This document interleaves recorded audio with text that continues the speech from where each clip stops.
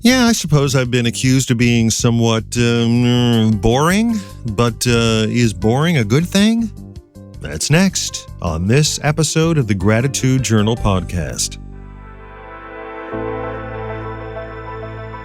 This is the Gratitude Journal podcast. Greetings, Earthlings, and welcome to another episode of this, the Gratitude Journal podcast. Matthew is my name, wrapped in a sweatshirt for the first time this year.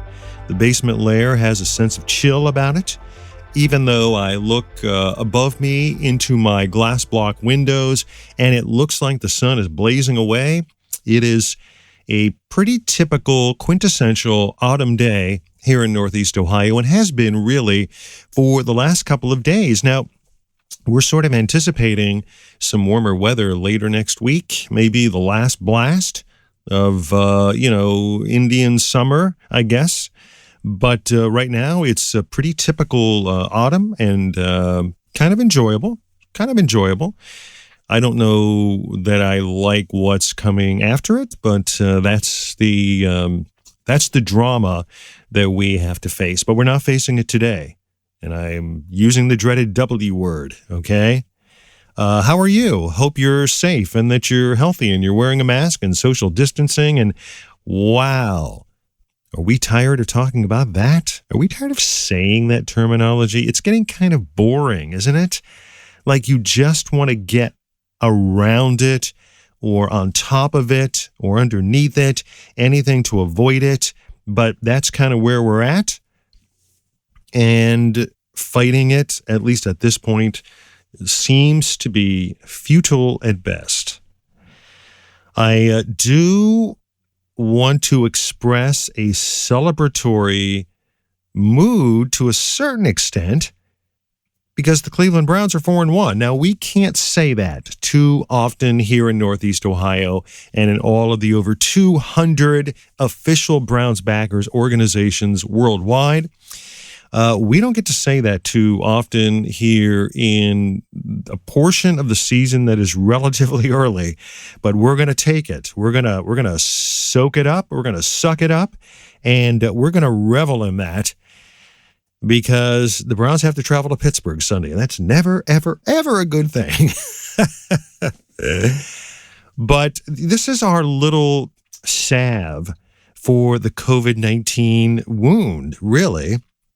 I have to say, so far, it's been the bright spot of the whole year. Even if you're not a Browns fan, at least you can, as long as you're not a Browns fan, you don't, revel in the exploits of some other team. At least you can sort of get on board that train and, and high five those who are, because this is a relatively eventful thing for this to happen. Our deck painting is almost done. We had to dodge the missiles of cold weather and rain and things really not being dry. And my bride has this thing where she says that she's kind of done with something and then she backtracks. And I'm talking about scraping. And if you've ever had to chisel paint off something or, power wash it, we avoided the power wash episode because we were told that it could damage the wood. And so Donna's been out kind of scraping, and then I started to paint, and then she would scrape some more and find some more. And I was getting kind of upset because, I got on my painting togs. I, put my counter thing on hold so that if people knew I was, in the studio, they would be sending me stuff, and I didn't want to put them off too much. So I put sort of I'm out for lunch for an hour. And then I would run upstairs, change my clothes, grab the paint, get all set up. I was in the mood to paint, ready to roll. And then she was there scraping, and she would say, "We can't paint yet. We got to scrape this." So this went on for a couple of days. Anyway, long story short, we got a coat on, and about 4 hours later, it was a downpour. Today it's sunny. Tomorrow should be sunny. So hopefully we'll be getting that done, and we can call that quits and move on to some indoor projects. So probably, like you've probably tackled these projects that maybe you haven't done before. We've let them build up for like 10 years, and now we're way behind the 8 ball.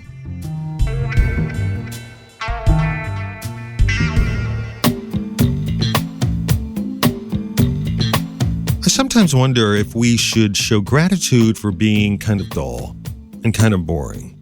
And I think as we progress through the decades, I get the sense that, unless you're, Keith Richards or Mick Jagger, and you're sort of an elderly rock star, and you're used to, the sort of ebb and flow of going wherever you want and sort of doing whatever you want, and really having, an income level that really requires you not to have to be mindful or safe or should I do this or should I do that? Most of us, I think, as we progress through the decades, we're sort of in this mood, I think, that we get kind of stuck in our situation, and that situation is kind of like the way we do things. And I sometimes wonder, should we be grateful for this kind of boring sort of dullness that encapsulates our life? I thought about this the other night when I was watching the dueling town halls, which was really a situation that could not be at opposite ends of the continuum. And for all of the railing I've done against the current occupant of the Oval Office, I found that particular town hall really much more invigorating than the former vice president's town hall. And even though I sort of yearned to see some excitement and a little more energy out of the former vice president, I found myself kind of moving back and forth, doing sort of an A-B comparison between the two. And, the current occupant of the Oval Office, his particular town hall was just much more invigorating. But I wondered, as I was flipping back and forth, if some people won't just simply vote for the former vice president because it's just high time to have a little bit of sanity. When you have visitors come, and maybe they come in larger numbers, and you're really excited for them to arrive, and you're having a blast. And after a period of time, you're sort of like, you're ready to sort of get back to the way that you always sort of do things most of the time. You want to get back to your routines. You want to get back to the normal ebb and flow of your particular day-to-day existence. And I wondered during these town halls if for some people it isn't just enough to say, we've sort of endured these 4 years, and some people have really enjoyed it. The 4 years of this current administration that has really sort of turned things on its ear to a certain extent, whether that's good or bad. And again, I'm not making this a political podcast, but I think it does speak to the fact that we have had really an administration that is really set the bar, I think, for other future administrations. And if you can give Donald Trump any credit, you have to give him credit for the fact that he really has turned the playbook sort of around. Now, whether that turning around and turning upside down is necessarily good or bad, I'm not really judging that during this particular podcast, but that really can't be denied. I mean, we really have encountered things that we've never encountered from any occupant in the Oval Office. But I wonder if that topsy-turviness doesn't, for some, get in the way of what we would prefer. And that is a kind of almost monotonous kind of existence that doesn't encapsulate too many ups and downs. Like there's not too many peaks and valleys. We just kind of want to maintain our equilibrium, as it were. And, in the last podcast, I referenced Pema Chodron, and I hope I'm pronouncing her name, the Tibetan Buddhist nun whose books I've read on several occasions. And, she reminds readers that this necessity that we seem to have for not having our equilibrium attacked, like we don't want a bunch of bad things to get in the way of this kind of, equal bandwidth that we'd like to live by on most of the time. And really, on the opposite end of the continuum, most of us will never really experience these extreme, ecstatic, euphoric highs that, may be on the opposite end. So we kind of prefer our life to be this sort of, it's just kind of humming along. And I wonder how good that really is.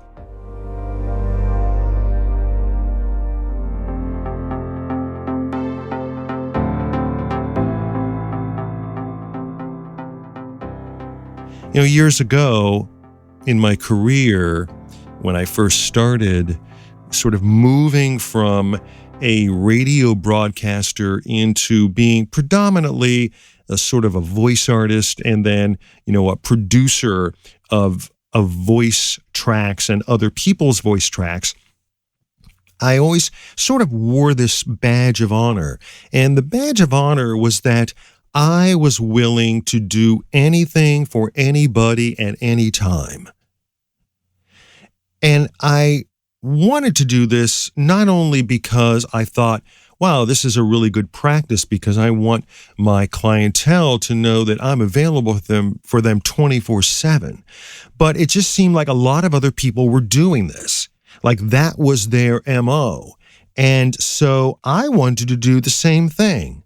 So when we would travel on the rare instances that we would travel, at least in this last 10 years, I would have a portable rig that I would bring with me. Like I would bring my microphone and I would bring a preamp and I would bring a laptop so that I could record, and I would try to emulate the sound that I would have here in the studio, and I would be able to record at the drop of a hat. And so vacations really became working vacations. And I would say to myself, I wonder if I pulled off the side of the road at a rest area because I just got an email saying, hey, Matthew, can you just help me out with this, couple of lines? I forgot to put it in the promo before you left. And so I think, well, I would just pull off the side of the road in the rest area. I would open up the trunk. I would drop the laptop in the trunk. I would sort of partially close the trunk on my head. I would turn on my microphone, and in the midst of cars racing back and forth on I-95 at 90 miles an hour, I would record these two lines because, darn it, I am just a dedicated, person. I am a dedicated artist. I want my clients to know that I'm available for them 24/7, any time of the day, any time of the night. And then I realized that this was not only impractical, but it was really doing myself a disservice. And really, to a certain extent, it was really kind of doing them a disservice. Because if I needed a part for some piece of equipment in the studio, I would not be able to call up some electronics store at 1:30 in the morning and say, hey, I need this sort of capacitor. I know you have it. Can you get out of bed and jump in your car and drive down to the electronics store and open that up for me so that I can have this capacitor? I mean, they're not going to do that for me. And it's not that I'm just trying to make it reciprocal. It's that it just seemed impractical from a variety of standpoints. One, Donna was just like, what are you doing? You're on vacation, or this is a long weekend, or we're going to a funeral. What are you doing? And I would say to myself, well, I want to be the best person available for their needs because somebody else is going to step in and do it. I want to do whatever it takes. And it was driving me crazy. And it was robbing me of all this time. It was robbing me of battery charging time. And my quest to be this particular kind of person was robbing me of the time where I really needed to be sort of boring and dull. And I just needed downtime and I needed to just veg out. And it taught me a lesson about being grateful for recharging the batteries. And so I would say to myself, okay, rather than just doing whatever they want you to do, you should tell them, from this time to this time, I am completely unavailable. So, let's plan ahead and I have all this extra time before I leave and let's get her done. And then when I'm gone, I'm gone. My friend Jeff in Nashville has been doing that for years. And he enjoys taking these sort of outdoors trips where you don't have phone access and, the boundary waters of the upper Midwest where there isn't anybody to contact you because there's no way to contact you. And he would just say, listen, this is our time and our time is sacred time. And so I want to be this kind of dull, boring person who isn't going to jump at the snap of a finger to do what you do because now this is my time.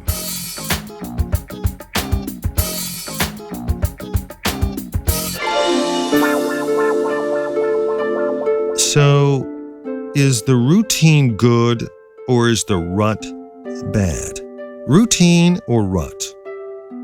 I like to think of it as an 85-10-5, which I'll get to in a little bit. But when I look at this quest to be dull,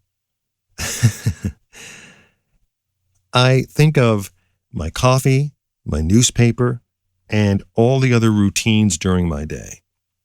And as anybody who knows me knows, having the chance to read my paper with my morning coffee is sacred. I have to have it. I can't avoid it. I need to know what's going on. I know, don't start the lectures on the newspaper industry.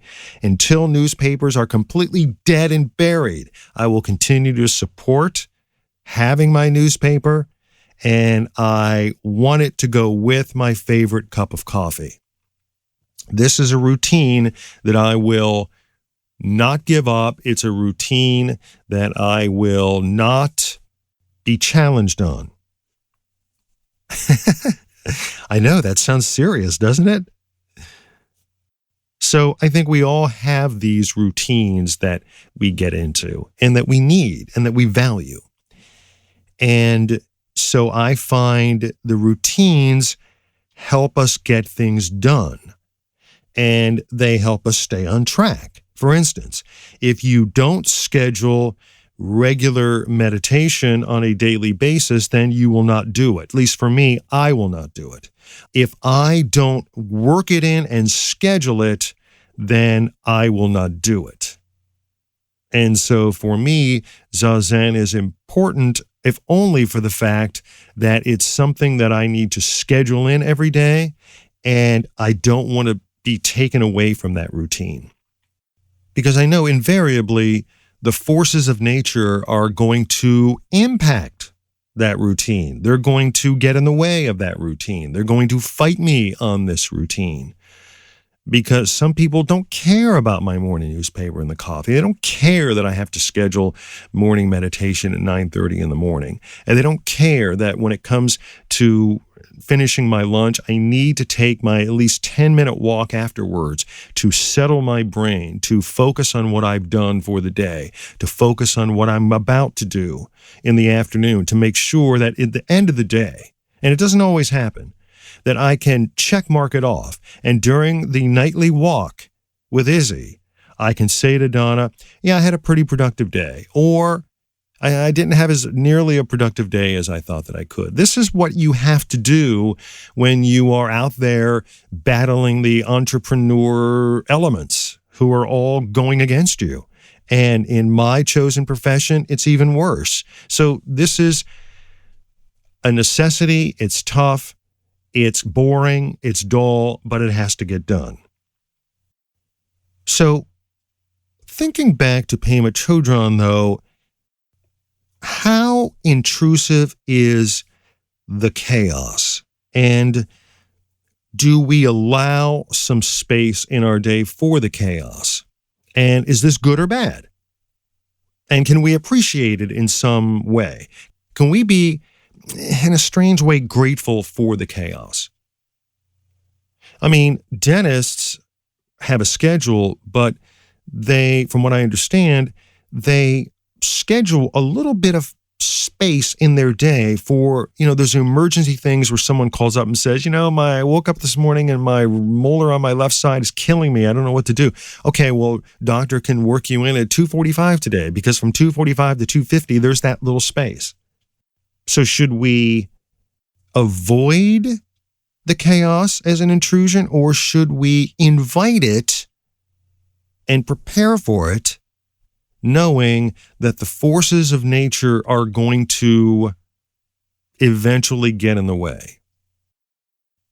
Sometimes on my calendar, when I write things down, Donna's appointments, trying to keep her straight and organized, and trying to keep myself straight and organized, which is just as tough or sometimes tougher.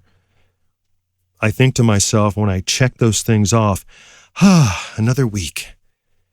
And then I look back on the previous weeks, and knowing full well that the weeks coming up are going to be just as bad. They're going to have the same marks, meaning that the chaos is really never going to end. There's always something going to come up. Another tree branch is going to fall, and you'll have to call somebody to trim it. You're going to have a leak somewhere, and you're going to have to call a plumber or try to figure out how to fix it yourself. Some row of lights is going to go out, and something on the electrical panel needs to be replaced. And these things are bound to happen. They're always going to happen. And you can't fight them or prevent them. They, I guess, should be a part of the boring routine of our lives. But many people, like me, we're irritated by them. We're bothered by them.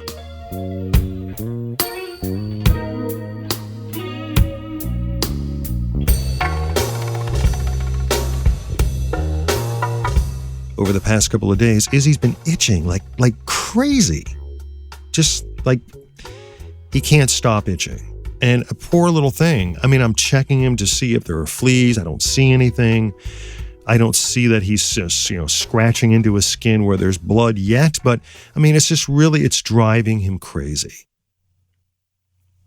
And at the same time, lately at night, Donna's been having trouble breathing. So all of a sudden, the ding, ding, ding, the COVID-19 warning bells go off.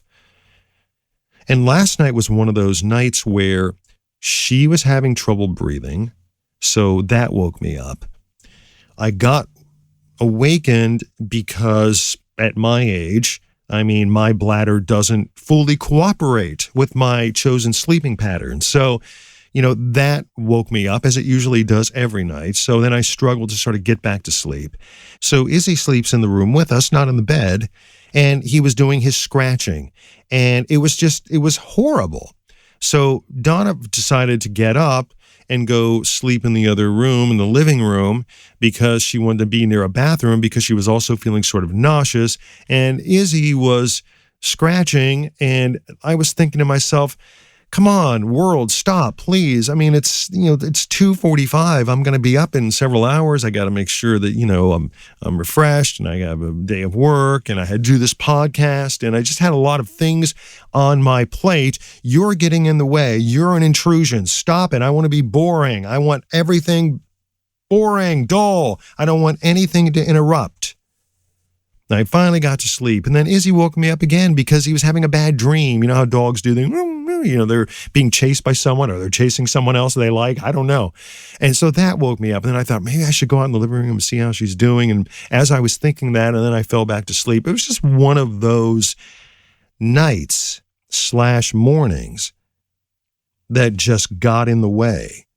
And I do not want to be bothered by this chaos. But then I thought about this morning as I was finishing my morning paper and my coffee, that this is unrealistic and this is irrelevant, really. Because these things are going to continue to go on and they're going to continue to unfurl themselves.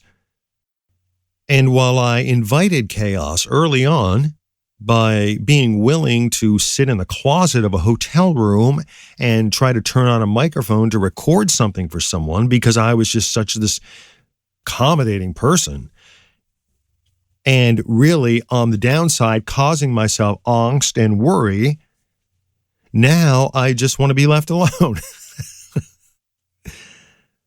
So I thought about diets, and here's the thing about diets. For me, diets don't work. I mean, they worked in the interim. They worked temporarily. When I was working at the radio station in Mansfield the first time, I got into this diet program with Physicians Weight Loss Center. And really, I lost a crap ton of weight. Of course, anybody would lose weight if their diet consisted of carrots in the morning, salad in the afternoon, and a piece of lean chicken in the evening. I mean, if you ate that day after day, then you would lose weight too. And so I looked at these pictures that they glowingly took of me with their staff in their newspaper advertisements, and there I was standing there, the slim, svelte Matthew, looking like, well, just looking emaciated and gaunt and ready to fall flat on his face. And so after years of trying the different programs, only eating meat, never eating meat, only eating salad, staying away from leafy stuff, and only eating fats, I started to devise this program for myself. And this program was the absence of a program. And I called it 85-10-5. So 85% of the time I was going to eat well. I knew exactly what I needed to eat. I mean, I've been down this road so many different times. I mean, I'm not going to say what I am, but I'm advancing in age, okay? AARP already sends me stuff. I have the card. So if I don't know what's good to eat by now, then I'm never going to know. And since I had the Nissen fundoplication surgery in 2005, it actually has affected my appetite. So I can't eat large meals in one sitting. It's just not possible. I also can't vomit, but that's another story. So what I've told myself is that 85% of the time, I'm just going to eat well. I'm going to do what I need to do. I'm going to follow the guidelines that I already know about. And I know exactly what to stay away from. I know exactly what I probably should be eating. And, you know, the basic food groups and the basic food stuffs that allow me to be healthy and at my age to try to minimize the bad stuff going into the temple. And that's what I'm going to do. And then 10% of the time, I'm going to kind of stray from the path a bit.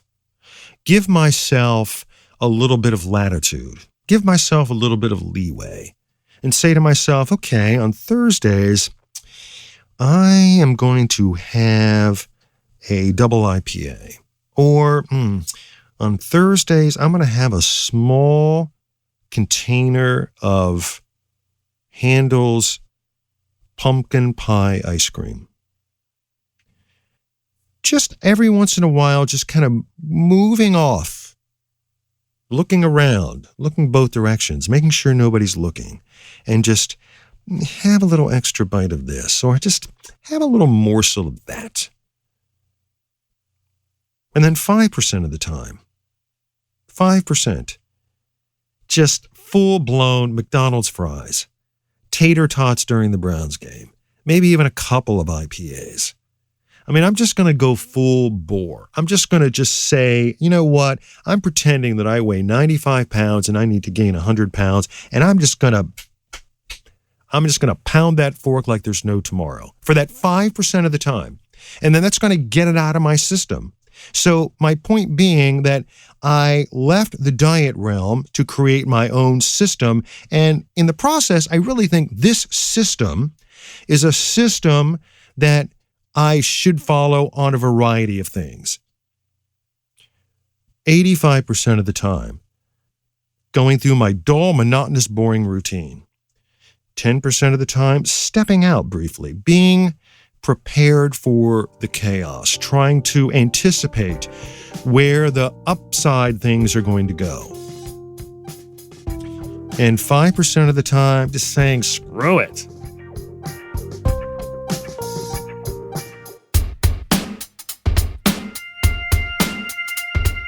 Now, people have said to me, you know, with your current situation and everything going on with your bride, you may want to renovate that 85-10-5 philosophy. And that's yet to be seen. That's for another day. And perhaps in the 10% realm, I need to prepare myself for that a little more. I need to be better at not just pretending that my day is kind of moseying along during its 85% chug-a-lug and not being more aware of things that are going to eventually come down the road. And so these numbers may be augmented. But I guess my point is we have to step out of our safe space every once in a while. I'm not talking about skydiving. I'm talking about stepping out so that we can appreciate the 85%, so that we can be grateful for the 85% that we're given.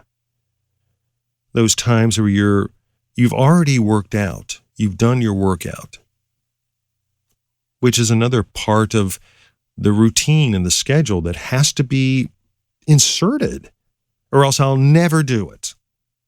So I have to schedule those times in during my week because I'm prone to sit in front of the television with a bag of jelly beans and just say, screw it. It's like practicing the guitar for 10 or 15 minutes. It looks great sitting in that stand, but I have to take it out of the stand. And I have to put my fingers on the strings and I have to get with the program. And I think in order to be grateful for the regular stuff in your life, I think you have to step out of the regular routine of your life. Take a trip occasionally. Go visit an art museum occasionally. It's free. Go take a walk somewhere you've never walked before. Do something that is a little different. Go see a play. Maybe you're not a person who watches plays in the middle of a pandemic, when the pandemic is over. But I think these stepping out of our routines makes us appreciate the routine that we have. And if you use routine to give you balance and you use routine to get things done, I think those other small pieces of things outside of the routine will make you more appreciative and grateful for the way that you're trying to operate your life. So I say this with a lot of trial and error, and I say this not knowing what's coming down the pike and what's coming down the road, knowing full well that these things could be augmented or changed, and trying to mentally and physically prepare for those changes. But boring, dull, yes, can be good, but it doesn't have to be suffocating. It can be augmented and appreciated by stepping outside a little bit so that you can eventually come back to it. I like the fact that the Browns have stepped out of their ineptitude and given us a little taste of 4-1. It would be great to make it 5-1 this weekend as they travel to evil Pittsburgh. We lived in Pittsburgh for 5 years, so the towns are very similar, except for all of those Lombardi trophies that they have. It would be nice to beat them in Pittsburgh. Well, I hope that as the numbers here in the Buckeye State climb, sometimes to really depressing numbers, I hope wherever you are that you are still safe and practicing good health procedures. Because we buy into all this mask stuff, and even though we don't like it, we're going to do it. I'm also stepping out of my comfort zone here in a couple of weeks because I'll be filling back in the restaurant again. There's been some upheaval, and I've been asked if I could help out a little bit. And so I thought about it. I weighed in on it with Donna. I gave it a lot of thought. I also thought a little bit about the more than $1,000 I have to pay on my shoulder surgery loan. And and thought, you know what? I'm going to double mask up and I'm going to help them out, and hopefully they can help me out. I'm going to step outside of my comfort zone and it's outside of my routine, even though I don't like it. And hopefully there will be benefit and not bad things. Because sometimes I think you have to do that. Until then, thank you for downloading and listening to another episode of the Gratitude Journal podcast.